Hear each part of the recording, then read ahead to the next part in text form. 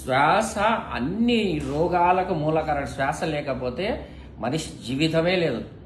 BP పెరగాలన్నా, కడుపులో జీర్ణం కావాలన్నా, అజీర్ణానికి, మనసు మెదడుకు మంచి ఆలోచనలు రావాలన్నా శ్వాస కరెక్ట్ ఉండాలి. వాడి శ్వాస లేదు అంటే వాడి జీవితమే దండగా.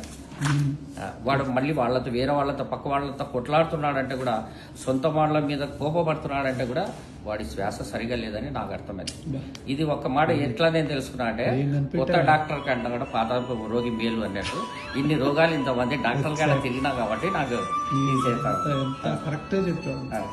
అంటే శ్వాస మంచిగా లేనప్పుడు మనిషి ఇరిటేషన్, కోపం అన్ని వచ్చేసాయి సార్ దాంట్లో. అన్ని బాధ. కానీ నరకాన్ని అనుభవించాను. నరకం అనిపించడాన్ని అనుభవించిన. సో మీలాంటి వాళ్ళు బాధపడకుండా ఉండాలని ఈ అవేర్నెస్ ప్రోగ్రామ్స్ అనేవి చేస్తూ ఉంటాను నేను. సో అలర్జీ ఎప్పుడైతే వాడి శ్వాస సరిగా ఉండదో మనస్సులో ఆలోచనలు కూడా విపరీతమైన ఆలోచనలు వస్తాయి. విపరీతం తినకూడని తిండి తింటాడు, చేయకూడని పనులు చేస్తాడు మనిషి. తినకూడని తిండి, ఈ కరోనా రావడానికి కూడా మూల కారణం ఇది ఒక్కటే. వీళ్ళు తినకూడని తిండి తింటారు, చేయకూడని పనులు చేస్తున్నారు కాబట్టి. ఒక పక్షులు గాని, జంతువులు గాని ఏవి తినాలో అదే తింటాయి. ఎప్పుడు పడుకోవాలో అప్పుడే పడుకుంటాయి. రాత్రి తినే పక్షులు గాని, రాత్రి తినే జీవులు పగులు తినవు, పగులు తినే జీవులు రాత్రి తినవు. ఇక్కడ సిటీలలో 2 గంటలు 1 గంట వరకు బండ్ల కాడ పానీపూరీలు అవి ఇవి చెత్త చెత్త అంతా కడుపుకేసి ఏం మిక్సీ ఉంది అనుకుంటున్నారో ఏమో. వీళ్ళు లోపల ఉండేది సన్న పేగులు.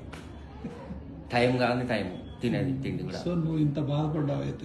నేను ప్రజల గురించి బాగా ఆలోచన చేస్తే ఎవరు చెప్పాలా వీళ్ళకు, ఎట్లా మార్పు రావాలా? వీళ్ళలో ఎంతో మంది మేధావులు ఉంటారు, సమాజానికి ఉపయోగపడేవా అంటారు.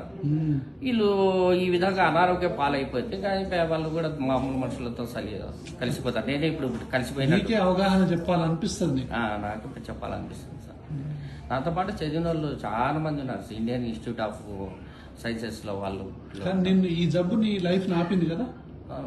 నేను ధైర్యంతో నిలబడిపోయినా, అంతే తప్పు లేకుండా ఎప్పుడో సూసైడ్ చేసుకోవాల్సింది. అంటే ఈ జబ్బు లేకపోతే నువ్వు ఇంకెన్నో సాధించేవాడిని సార్. నాకైతే అది నమ్మకం ఉంది, కాన్ఫిడెంట్ ఉంది. అన్ని అయినా ఇప్పటికైనా సాధిస్తాను నేను. ఇప్పుడు బాగైనా కానీ ఇప్పుడు ఈ రోజు నుంచి కూడా ఏం చేయాలంటే పనికి చేయడం బుద్ధి కాదు, పోవాలంటే పోవద్ది కాదు.